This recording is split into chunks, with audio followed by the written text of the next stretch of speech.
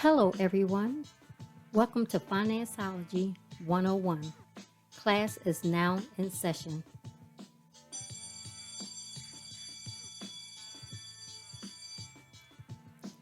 The information provided during this podcast is just that, information. You will need to do further research to address your specific situation. Enjoy the session. Welcome, everyone, to another session of Gifted Generations Presents Financeology 101. I'm one of your hosts, Robin Seegers, and the other host is Elroy Seegers. This session is about unmarried couples tying the financial knot. So, what do you think most people do in this case? Most people want to unite because they in love, they want to shack up, or it could be shack up and save money. Right. But how you go about saving your money. Right. So Right. communication is key. First of all, before I do anything, I'm going to check someone's FICO score. Oh, yes. Yes. So why even discuss Yes. budgeting if your score is 450 or 250? Because Right. that Yes. means that person's a risk for paying bills, which means he's going to be a risk to moving with you. He or her would be a risk. I'm just saying it has to be some honesty. Show me your papers. Yes, and Some you papers. also you have to while you're dating, pay attention to how they handling their money. Yep. Are they paying their bills on time? Are they always borrowing money from you because they can't meet their financial obligations? Are they paying late? I mean, if you're in a relationship, you probably stop paying attention to those things. How they handle money. Yep. Are they swiping those credit cards way too often and not paying them off? And I would do that before we even moved in. So While I would you're do, dating. Yeah, what I would do is like, you got your place, I got mine. Like you were saying, I'm gonna see how I'm gonna sit down and say, hey, how do you pay your bills? Mhm. What do you do for budgeting? What are your long-term goals? Those are the questions, that goes beyond how someone looks. Right. The cute stops at my wallet. You may be cute, but the wallet, it rules. Somebody say cash rules. Yeah, cash rules. The cutest thing in my wallet is those presidents. Yes. The ones that's not living. And also think about it. If say your partner is financially wealthy, their family wealthy, and they really don't have they can spend and do whatever they want. Right. And you're not on that same playing field. No. So you're unevenly yoked. So you have to be aware of what you can and cannot do. You can't base it off what he has or she has. Right. You have to base it off what you have. So there's unevenness right there that y'all have to work through. That's what communication is the key. It's definitely the key. So you have to decide your day-to-day expenses. Yep. That's true. How you gonna split the bills once you move together? Are you gonna have a joint bank account? Now, by no means are we giving you advice on what to do. We're just telling you these are kind of conversations that you have to have and come up with your best resolution. Right. As a two single. Right. Now, when it comes to being married, we may have an opinion on that, but she's talking about the dating game. Right. Am I correct? Right. It's the dating game? Yes. Okay. Yes.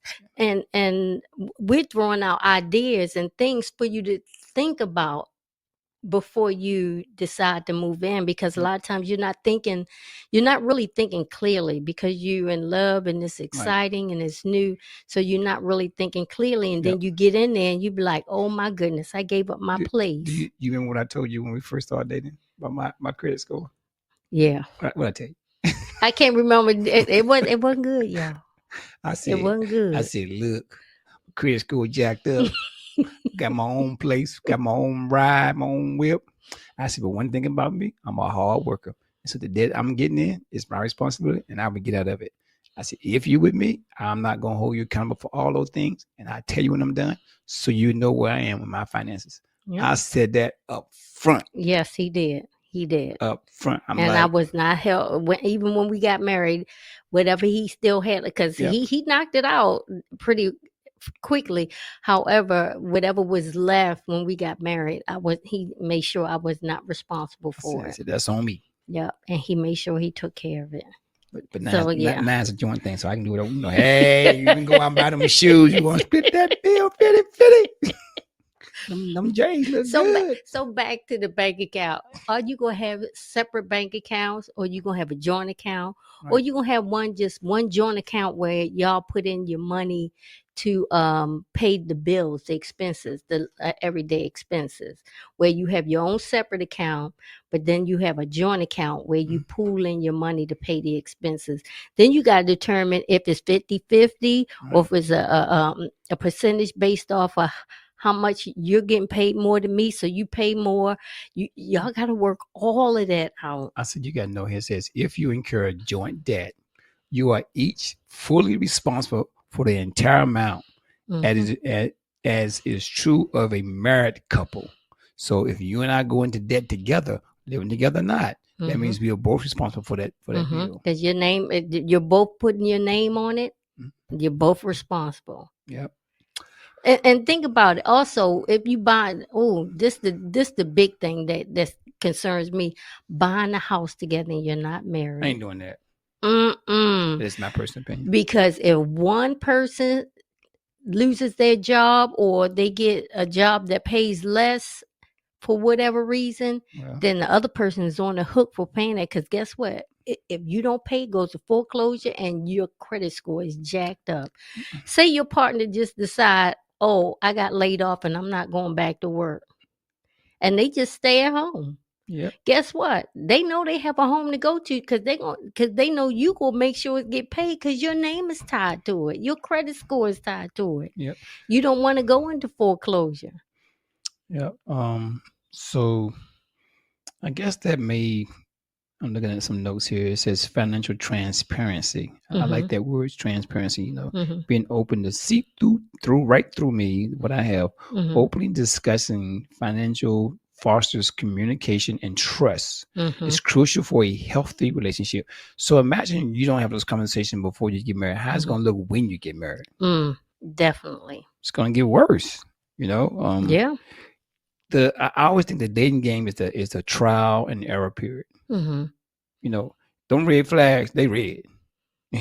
don't low pass. And they all in your face. Yeah. But no, but you in love, and you're seeing hearts, and you're hearing violins and stuff playing in your ear. You know what I hear? Ching ching ching ching ching ching. I'll be like, wait a minute, my money's leaving me. What's going on with my money? So you have to always analyze those things to protect yourself, because once you in it, you're in it. Definitely. You was talking about combining resources, pooling resources allows for a bigger purchase of investment that might be unattainable alone. So I agree with that. Like, I don't believe in my personal opinion, like saying, hey, I'm gonna buy you a car or go ahead, and then you're not married. Because what happens is when you break up, it's like, who's gonna get that car? You can do like Medea saw that car and Hallie, they did a couch. That's just personally me. I believe in, like, helping somebody. I might say, I'm gonna buy you a car, put in your name, and if I help you out, if we break up, you know what? That's on me for what I put into it. I think there has to be an understanding. Like, so who can talk about a breakup when you go into a relationship? I think this is an understanding. What happens if this happens? Because now you're being mature about the situation. It is tough. It's almost like making a will. Nobody wants to talk about a will. Right. Right. No, it's more like a prenup. People don't like talking about prenup. Pre-dating up. Because they think you're planning to break up. But no, you're being realistic. I mean, we're human beings. Things change. All sorts of things change, and things can happen. So it's just being realistic. And I've heard stories where someone owns a home, and the boyfriend or the girlfriend go move in with them, and then they decide, well, I don't need to pay nothing. You was paying it before I came here. And it's like, what? Because that discussion did not take place. Why do I have to pay the electric bill? This your house. Why am I helping you pay your mortgage? I don't get nothing out of it. Now, man, I know a good woman wants some security. They're looking for a man that can hold it down. They are. I'm not gonna lie to you. Yeah. So they may be expecting you to pay a whole lot more, so they can pocket a whole lot more. I'm just saying, men, you need to be aware of what you're getting into. Women, be aware of what you're getting into. Don't always assume that just because I'm a male, I'm gonna pay for all your bills and I'm gonna go broke for you. I just think, in today's environment, that communication and a lot of understanding has to be understood. you may say that out in public. Well, I can't be a sugar daddy. And you get in the car. Now, you know you owe me 50 cents for that, for that candy bar, right? I'm that kind of person, because I give my wife $50 and I borrow 20 back. Yes, he does. Like, can I get Quite 20 a from bit. you? But there's more to come down the road. I think the biggest thing people always talk about communication. In this case, communication and understanding. Because I can tell you something all day long, but do you understand what I just told you? Right. You know what I'm saying? Can you receive what I just put out? Because a lot of times we don't understand what's been said. You looking puzzled, or it just may sound so good. You're like, oh, you ain't gonna happen. I'm good. You agree to everything, and then the minute something happens, you go like, you remember we had this conversation? Yeah, we did. I never thought we was gonna get to this point. So now you're upset. So don't let love get so far Cloud your mind. Yeah. And I would say have a discussion where it's agreed upon time. I mean, I wouldn't do it over wine or out to the club or just pop it up. Just say, hey, next Tuesday or next Friday, you and I are going to have a 2-hour conversation about our finances, how we're going to do things. Because now it's predetermined and you're coming preset.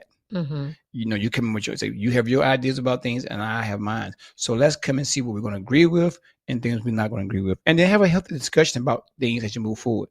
Because you might even say, wow, I didn't know you had $200,000 in student loans. Right. And you don't look like you have student loans. Oh yeah. So when we get married, that's going to be yours. Like, right. I mean, some people like saying that's too much for me to go into debt. I love you, but I'm not going to love paying for that debt. That has caused relationship to go awry. Okay, so we do know someone that did that. That the male in the relationship wined and dined and flashed and I mean did all of this, and while they were dating, and oh man, he went all out. And then when they got married, boom, they would like she was in shock because what was presented wasn't real. Yeah. And so then they had the female had to go to work and the young lady had to go to work and all of that because she thought she was getting into a relationship where the money was flowing like that. And it wasn't. And needless to say, their marriage did not last. It did not last because it started out with false pretenses. So it's important that you have that discussion up front, especially, and even if you're getting married, you should have this discussion. Yeah. And one of the other cons that I read about is that if you have a joint bank account, guess what? Your partner can drain the account and there's nothing you can do about it. What's that PIN number? There's nothing you can do about it. Yeah. Because both your names on the account. And if you have credit cards with y'all and y'all have joint credit cards account, they can spin. And guess what? You're on the hook. And those creditors will come for you too. Yep. So you have to think about those things. You have to know the person beyond being in love. You need to know that person before you get in that type of relationship where you're commingling your monies and all of that. Yep. So what I've done is like, y'all like, so what you do? What? I put a credit card in my name, and then I get another card just for my wife, but she's not on the account. Right. She has an extra. So y'all saying you taking on a risk? Yeah. Okay, I'm taking on a risk, but I also know those risks that I can afford. Right. You know what I'm saying? So let's just say, and she goes and run the card. I'll be like, oh, let me turn this card off because I can just turn it off. So I can monitor what's been purchased, not because I'm tracking her, but you can see, okay, look, we need to slow it down a little bit so we can pay this card off type thing. I think that has to be understood because I don't mind us using the card. She had one of her name on, I get one of my name on it, and you can see what's been purchased. And that way is understanding like, okay, listen, let me pay this card off before we spend more money this month. Go ahead and use cash. Could be using the card because we're trying to get points for the hip, those kind of things, right? You're trying to get points. So the more you use the card, the more points you get. But it removes her from any kind of responsibility when it comes to paying for the card because the card is in my name. She just in addition, same thing for our kids. Like, hey, if the kids want a card, I can like, okay, just use this card if you have any kind of problem. He's not responsible for paying for it. I am. It's just another mechanism. One, it helps him with the FICO score, and two, it removes him from responsibility for paying for the card and the debt. So there's different ways. So I do it because it protects my wife. Right? She don't have to worry about anything. You know, I think the car's in your name though, right? Well, it was. It's paid for now. That's a long story. You remember that? Yeah. My credit score. What? Long story. But I do those things because I just think, you know, if anything can happen, I'm gonna take care of her. That's how I just feel about it. It's just I've been doing it, so adding somebody's name to the accounts doesn't hurt me, and she can still use it the way she wants to. It's just the way we do things.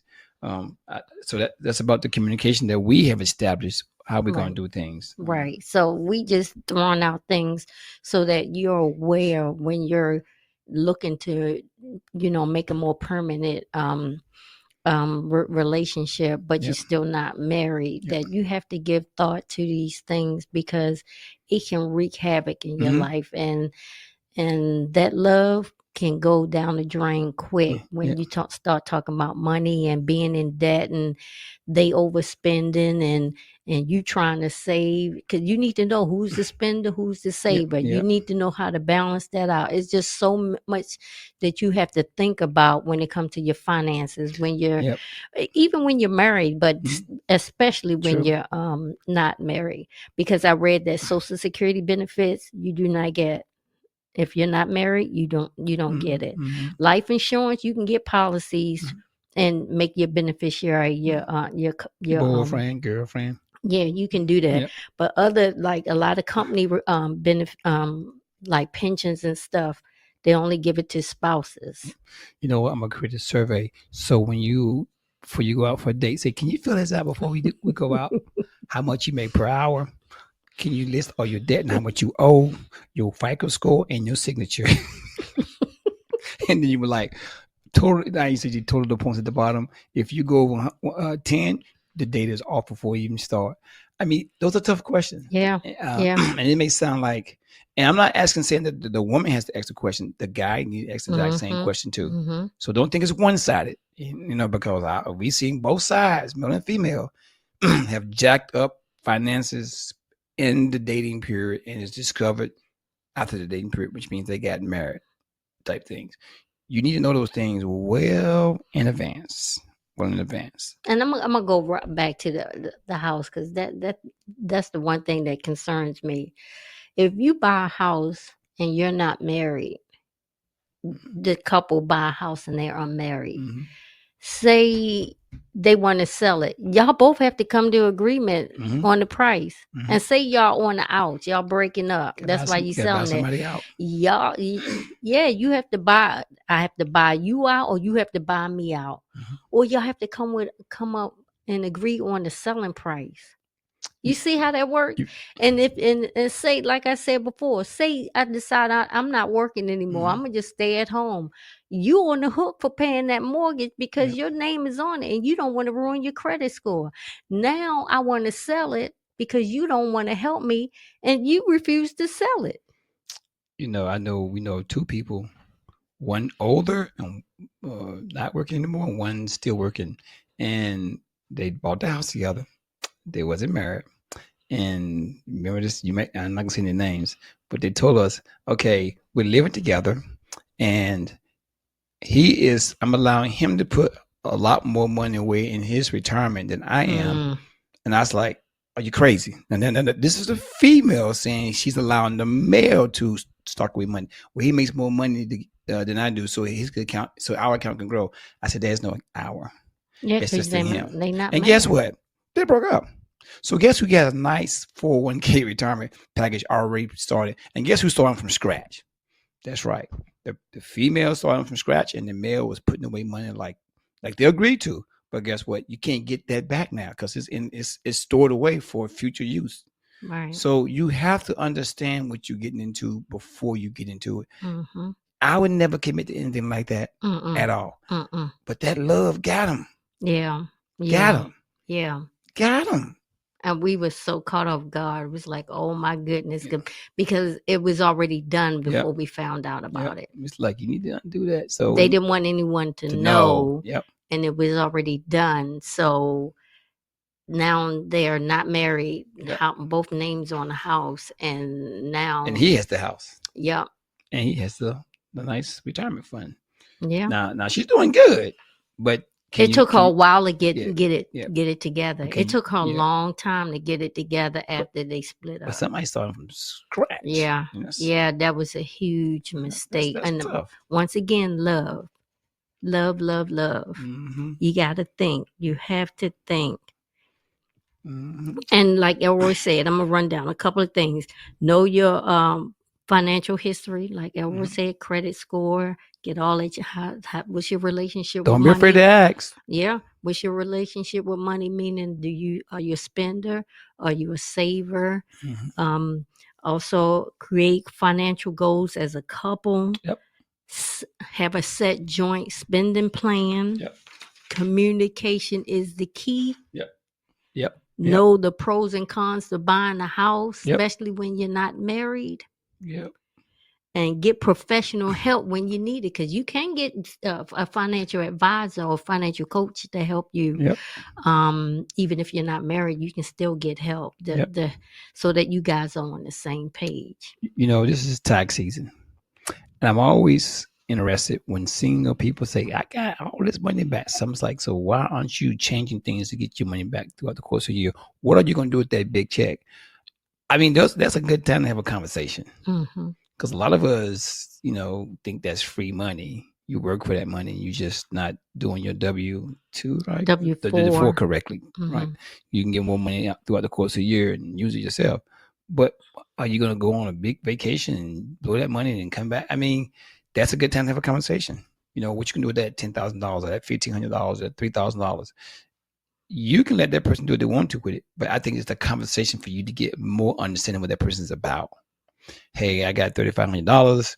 I'm gonna put $1,750 in the bank, and other money I'm gonna take. I'm gonna spend. Okay, so I see you're a saver and you're gonna enjoy it for yourself. Okay, what you gonna do when you save it? What you gonna spend it on? I think those things is a great launching point to get an understanding about how one thinks about their finances and stuff. Right. Or do you owe the IRS? Right. Why do you owe them so much money? What you been doing wrong? Right.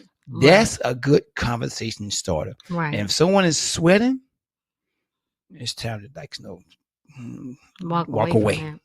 I truly feel that you show someone you really love them when you have these deep conversations. Yep. Because you really care about the hard stuff and want to work through the hard stuff.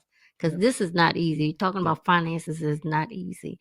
And when you're ready to sit down and talk about that shows you're mature in your relationship, you're mature in your thinking, and you're ready to tackle the hard stuff. And that seems like, to me, a lasting relationship, because you're willing to put in the work to make it last. Hey, we should start a company called Third Wheel, and we'll be the third wheel in the date. And you say, she needs to know this about you. Oh, he needs to know this about you. Go ahead and get a bite to eat. When you get through chewing, answer these questions. Yeah. We're the third wheel, y'all. Yeah. All right, so let's wrap this thing up here. You got anything you want to say is your final piece to these? No, to the world. Just give it some thought. Give it some thought and do your research and have that conversation. What did they say on that movie? Show me your FICO score. Oh, show me the money. Show me your money, the money. All right, here. So listen, communication. Yeah. Understanding, listening and talking. It needs to be a good session to discuss these things. And guess what? It can't happen in one session. You need to have repeated sessions. And keep doing it. And also, last thing, if it don't feel right, don't force it. Yep. Please don't force it, because you're gonna regret it. Yeah. I'm paying minimum down payment, $25 on a $15,000 credit card. You mean you on that card till you did? You need to tell me your plan how to pay this card off, bro. Don't you? I'm paying for the food tonight. Listen,